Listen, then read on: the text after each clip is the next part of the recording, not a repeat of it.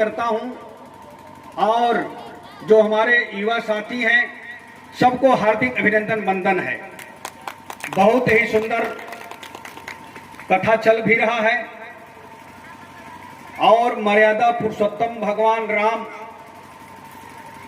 उस धनुष को तोड़े, परशुराम जी गरजते हुए फरसा लहराते हुए उन्होंने चैलेंज करके आया कि कौन इस धनुष को तोड़ा, इस फरसे से गर्दन उतार दूंगा। लेकिन देखे आपकी कैसे कैसे वो भगवान राम और परशुराम, नाम तो एक ही था, थोड़ा परशुराम लग गया था, परशु 3 नाम बढ़ गया था। फिर अंत में सारी कथा आप लोगों ने सुना है। वैसे आपने कहा भी कि कथा को सुन करके ग्रहण करना चाहिए कि वास्तव में हम तो कहते हैं कि संत मिलन को जाइए तज ममता अभिमान, संत मिलन को जाइए तज ममता अभिमान, अज्यो ज्यो पग आगे बढ़े कोटि यज्ञ समान। तो हम लोग सुन करके ही आते हैं और आप लोग भी सुन कर आते हैं, क्योंकि जहां संत मुनि लोग रहते हैं वहां तीर्थ यात्रा बन जाता है। तो हमें सुनने में, देखने में, दर्शन करने में अच्छा भी लगता है और जहां मर्यादा पुरुषोत्तम भगवान राम की बात को बहुत ही अच्छे तरीके से रखा जाता हो तो और अच्छा लगता है। अभी आपने आपके मुखारबिंद से सुना भी है, तो लक्ष्मण जी शेषा अवतारी भी थे। यह भी हमने पढ़ा कि लक्ष्मण जी शेषा अवतारी भी थे और उस रावण के भाई जो मेघनाथ थे, अरे वो बेटा, उनको मारना इतना आसान नहीं था। 14 वर्ष तक जल अन्न त्यागने वाले लक्ष्मण जी जब 14 वर्ष वनवास गए थे तो आप देखे होंगे कहीं उनको खाते पीते पानी पीते नहीं देखे होंगे। यह वरदान भी था मेघनाथ को कि जो 14 वर्ष तक जल अन्न त्यागने वाला पुरुष होगा वही मेघनाथ को मारने वाला होगा। तो यह पुरुष वही लक्ष्मण शेषा अवतारी ही थे और उस धनुष को तोड़ने वाले मर्यादा पुरुषोत्तम भगवान राम, जो शिव जी का वो धनुष था। एक दिन सीता माता जी घर में, वो होता है ना कि चूल्ही पुताएगा तब अगना पुताएगा, खाना वाना बनता है, माता बहन लोग जानती है। घर में पुराना बात अगर याद करेंगे तो पक्का धक्का बहुत हो गया, लेकिन पहले मट्टी का घर था तो चूल्हा था, उसमें लकड़ी से खाना भी बनता था। तो चूल्हा उल्हा पोतने के लिए माँ जानकी जब गई तो उधर अग्नि में वो धनुष भी रखा था, तो एक हाथे उठा दी। जनक जी देख करके भी सोचने लगे कि अरे बाप रे बाप, इतना बड़ा धनुष शिव जी महाराज शंकर भगवान का धनुष एक हाथ से माँ जानकी उठाई है, तो इसका मतलब है कि जरूर न जरूर आदि शक्ति का ये रूप है, नहीं तो कोई धनुष को उठाने वाला नहीं है। जनक जी प्रतिज्ञा करते हैं कि हम उसी लड़के के साथ शादी करेंगे जो इस धनुष को तोड़ेगा, हम उसी के साथ शादी करेंगे। तो उस कथा आपने सुनाया भी कि मर्यादा पुरुषोत्तम भगवान के राम ही के हाथ से वो लिखा था धनुष तोड़ने के लिए। अब रह गई बात कि हमारे संगीत वाले भी बहुत परिचित है, नीतीश विश्वकर्मा जी, और इधर हमारे ये ढोल वादक, तबला वादक, संगीत वाले भी जानते हैं, क्योंकि एक छोटे में कलाकार भी था, शायद आप लोगों को पता है कि नहीं है। मैं महुआ चैनल टीवी चैनल पर आता था तो वो संगीत गीत के माध्यम से वो गाते बजाते हम गांव के प्रधान भी बने, 10 साल तक प्रधान रहे। और प्रधान बनने के बाद ही कार्यकाल पूरा नहीं हुआ था तो वो गांव सभा से लोकसभा के वो चले गए। आप सभी लोगों का आशीर्वाद मिला, सीधे सीधे प्रधानमंत्री के लगे चले गए, जो कि जो सांसद होता है वही प्रधानमंत्री होता है। तो कथा में तो बोलेंगे, कथा रोज भी चल ही रहा है, तो हम सोच रहे हैं कि एक आध थे ये लोग बजा दे तो हम कुछ सुना भी सकते हैं क्या, क्योंकि भाई सांसद निधि हर गांव में नहीं जा सकता, हर घरे नहीं जा सकता, ये तो सही है, लेकिन हमार कला हर गांव हर घर में जा सकता है। सही है कि नहीं है? तो इसमें पैसा तो लगना नहीं है। तो हम चाहते हैं कि आ गए हैं यहाँ पर, आशीर्वाद माताओं बहनों से भी हमको मिले, गुरु महाराज जी से मिले तो हमको बड़ा अच्छा लगेगा। तो कहा भी गया है, अब तो उधर की बानी बेटियों के लिए, बेटी क्या कहती थी कि अमृत के धार केहू केतनो पियाई एगो माई बिना। अमृत के धार केहू केतनो पियाई एगो माई बिना, कैसे करेजवा जुड़ाई हो भैया एगो माई बिना। तो माँ तो माँ ही होती है, और माँ का सेवा करना बहुत धर्म भी होता है।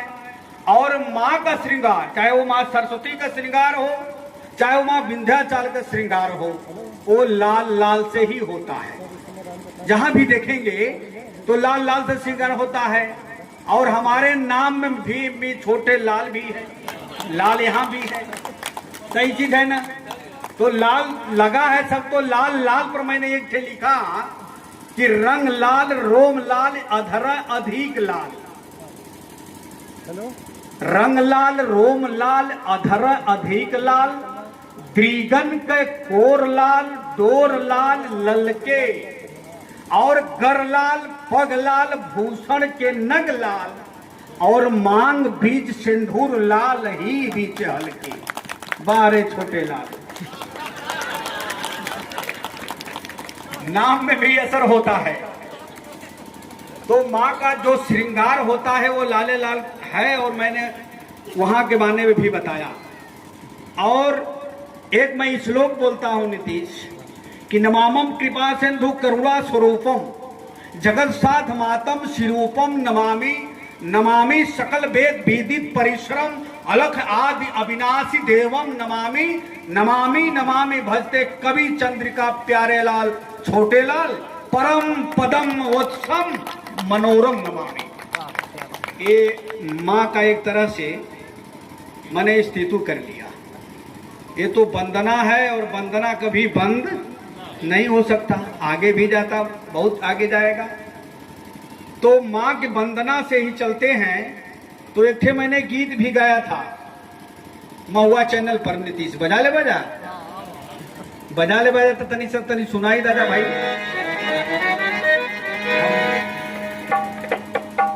माई से अर्धना भक्त कैले रहल तो कहरे रहल, उमन अपने आपन भी चीज उमन समेटले ही हम, आप लोग समझ जाएंगे गीत सुन करके।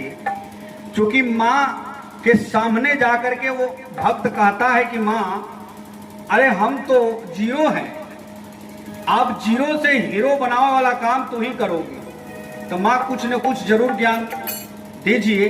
हम को गाने के सहूर नहीं है ना बजाने के सहूर है, तो कुछ तो दीजिए माँ। तो वो बताया है कि तोहई हसावेलू रोआवेलू गवावेलू, अरे तोहई हसावेलू रोआवेलू गवावेलू, जीरो के ए हो मैया हीरो बनावेलू। अब तो लोग यही पर बजावे के चाहत रहा, यही पर गावे के चाहत रहा।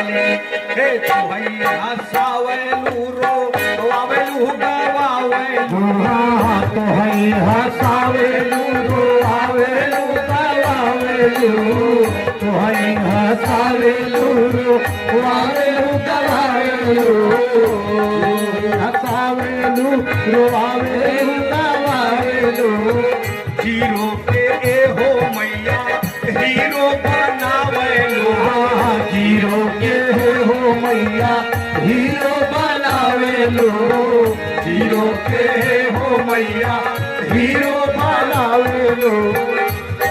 मने में जवन आई सगरो ललसा पुराइन बाई, फिर देहलू दया के नजरिया हो, सांसद बना के माई दिल्ली पहुँचावालू, सांसद बना के माई दिल्ली पहुँचावालू, माथा टेके आई हम वरिया हो, सांसद बना के माई दिल्ली पहुँचावालो मखन के आई हाथ हरिया हो संसद बना के माई दिल्ली पहुँचावालो मखन के आई हाथ हरिया हो सदमाना के माई दिल्ली पहुँचवाले मखन के वरिया हो संसद बना के माई दिल्ली पहुँचावालो मखन के आई हाथ हरिया हो सदमाना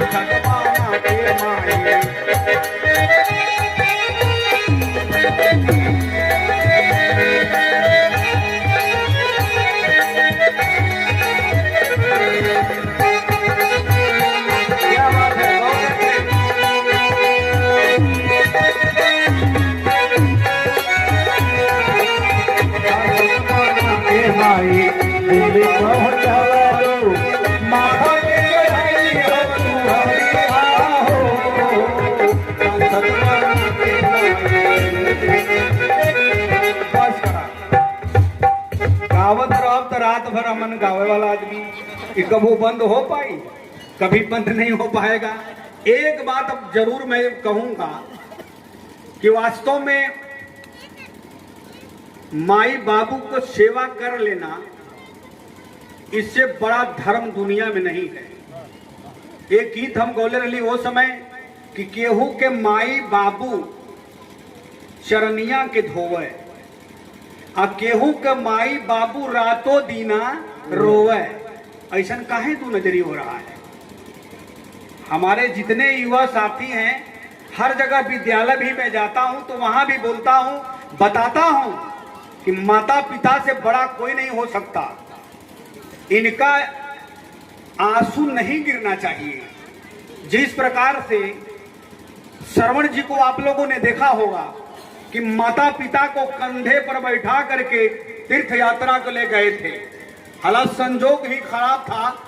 वहां भी की बात मैं एक लाइन में बता रहा हूं कि वहां जब प्यास लग गया माता पिता को तो श्रवण कुमार जी जाते हैं पानी लेने के लिए।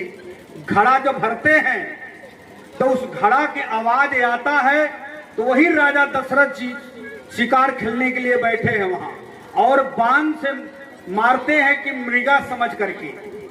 लेकिन महाराज जी हमको एक बात नहीं समझ में आती है, बहुत हमने खोजा कि अगर वो शब्द वेदी बाण था तो घड़ा आवाज दे रहा था तो उस घड़ा बजा करके लगना चाहिए था। वो जमाने सज्जू की बात मैं बता रहा हूं, हम काटने वाले बात नहीं है, लेकिन हमको ये बात जम नहीं रही है कि अगर शब्द वेदी बाण राजा दशरथ जी मारे